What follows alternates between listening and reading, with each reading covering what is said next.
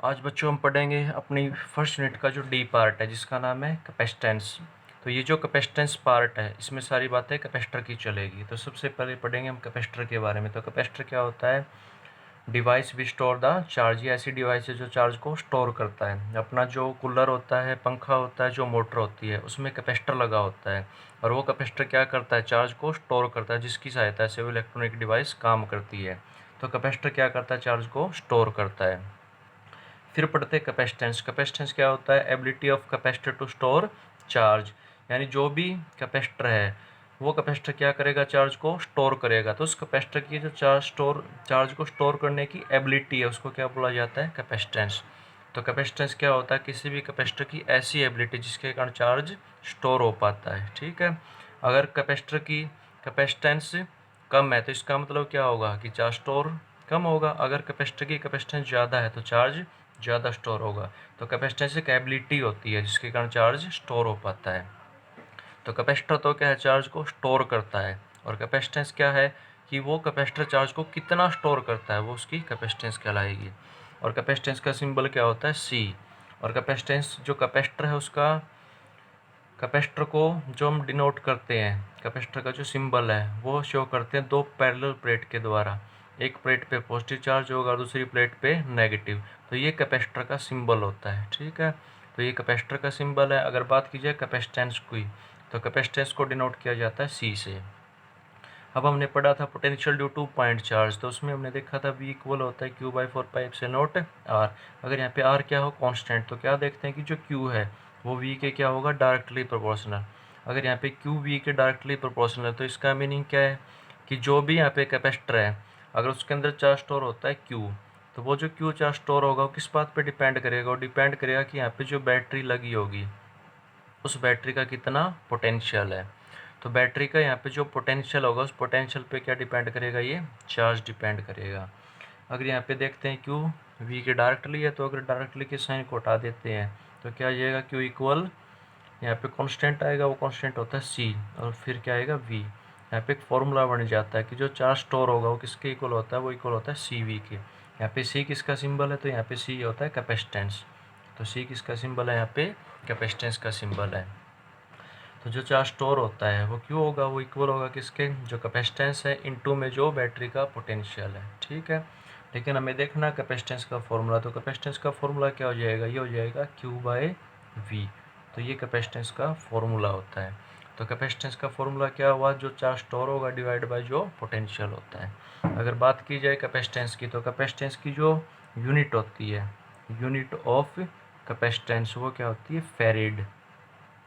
वो यूनिट क्या होती है? फैरेड। ठीक है। तो जो कैपेसिटेंस है उसकी यूनिट क्या होगी? फैरेड। इसका सिंबल होता है एफ। ठीक है। लेकिन अगर फॉर्मूले से देखें तो क्या बन जाएगी? चार्ज की होती कूलाम और पोटेंशियल की होती वोल्ट, तो कूलाम पर वोल्ट हो जाएगी। ठीक है। लेकिन जो यूज करते हैं वो साइंटिस्ट के नाम से जो फैरेड है, एफ इसका सिंबल होगा। अब यहाँ पे अगर बात की जाए स्मॉलर यूनिट ऑफ कैपेसिटेंस, तो स्मॉलर यूनिट क्या होगी? वो होगी मिली फैरेड, माइक्रो फैरेड या फिर नैनो फैरेड। ठीक है।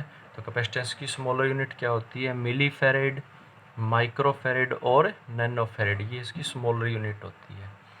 अगर बात की जाए कैपेसिटेंस का डायमेंशनल फार्मूला क्या होगा, तो कैपेसिटेंस का डायमेंशनल फार्मूला क्या होता है? M-1 L-2 T4, M-1 L-2 T4 A2।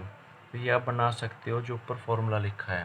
तो कैपेसिटेंस का डायमेंशनल फार्मूला क्या होता है? M-1 L-2 T4 A2। ठीक है। ये यहाँ पे एम्पियर है। तो ये हमने कुछ बातें पढ़ी है कैपेसिटर के बारे में। अब जो कैपेसिटर है उसकी नॉर्मली 2 टाइप्स होती है।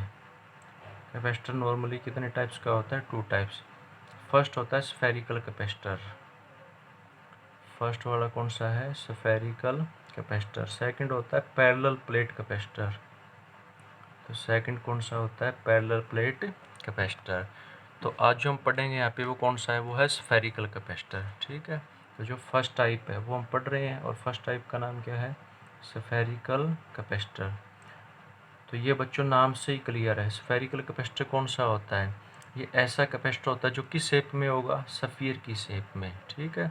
तो जो स्फीयर की शेप में होता है उस कैपेसिटर को क्या बोला जाता है? Spherical capacitor. ठीक है, जैसे यहाँ पे स्फीयर की शेप में जो कैपेसिटर होगा उसको क्या बोला जाएगा? Spherical capacitor.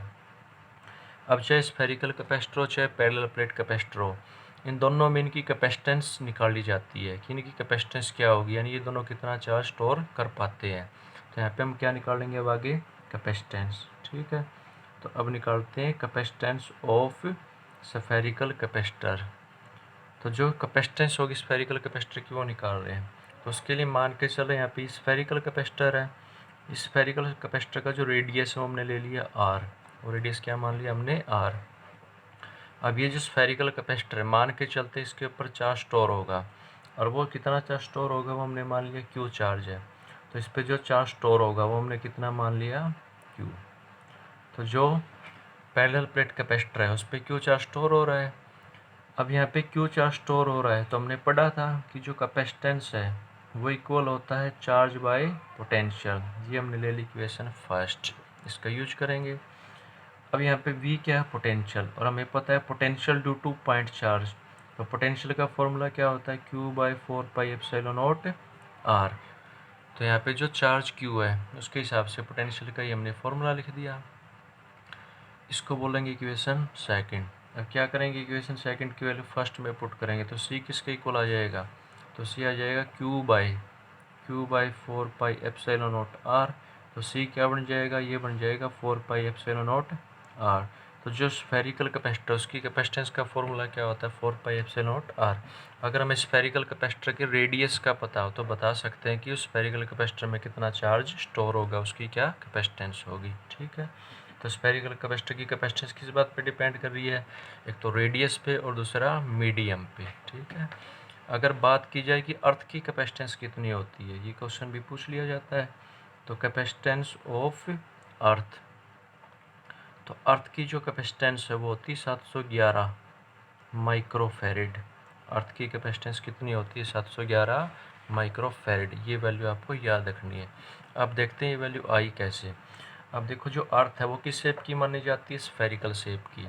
इसलिए जो अर्थ है, अर्थ को माना जाएगा स्फेरिकल कैपेसिटर, क्योंकि अर्थ भी क्या करती है? अर्थ भी चार्ज को स्टोर करती है, तो इसलिए अर्थ को भी कैपेसिटर बोला जाएगा। वो कौन सा कैपेसिटर होगा? वो स्फेरिकल होगा।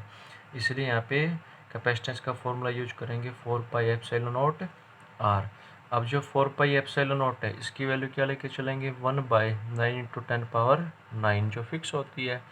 r क्या? अर्थ का रेडियस, और अर्थ का रेडियस कितना होता है? 6.4 10⁻6।